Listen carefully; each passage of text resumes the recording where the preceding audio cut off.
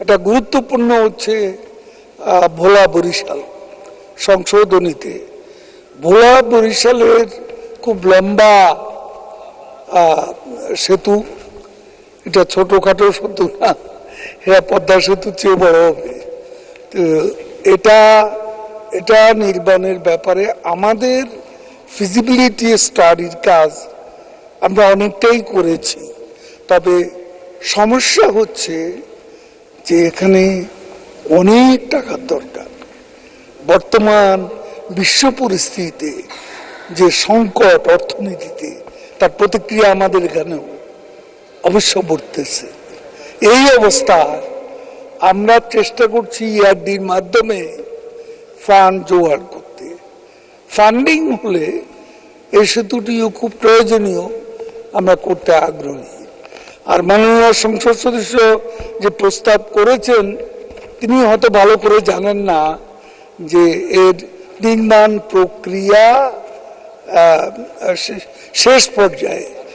এটা খুব শিগগিরই কাজ শুরু হবে। সমস্ত ডিজাইন সহ আমাদের যে প্রস্তুতি, সে প্রস্তুতি আমরা নিয়ে ফেলেছি।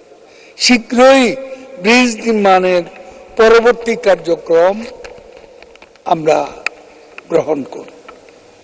এবং অন্যান্য মাননীয় সংসদ সদস্যগণ যে প্রস্তাবগুলো করেছেন, এখানে আবার অনেকে গুলিয়ে ফেলেছেন।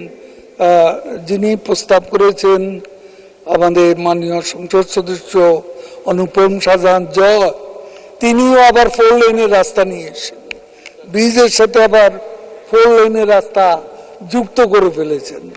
রাস্তা এক কথা, আর ব্রিজ আর একটা বিষয়। তো যাক, আপনার এই ব্রিজটি হয়ে যাচ্ছে, আপনি একটু খোঁজখবর নেবেন। আমিও দ্রুততর এটা এক্সপিডাইট করার জন্য প্রসেস, আমারও যা কর্তব্য, আমি মন্ত্রণালয়ের লোকজন আমার অফিসে আছে, তারা এগুলো নোট করছে। যারা যারা যা বলেছেন, মনে করবেন না যে এটা আমাদের কাছে নেই। যারা বক্তব্য দিয়েছেন সংশোধনী, তাদেরটা নোট হয়ে গেছে।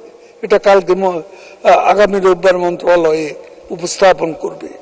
তো আমি আশা করি মাননীয় সংসদ সদস্যর ব্রিজটা যখন হয়ে যাচ্ছে, তখন আর এই প্রস্তাবটি প্রত্যাহার করলেই তো ভালো হয়।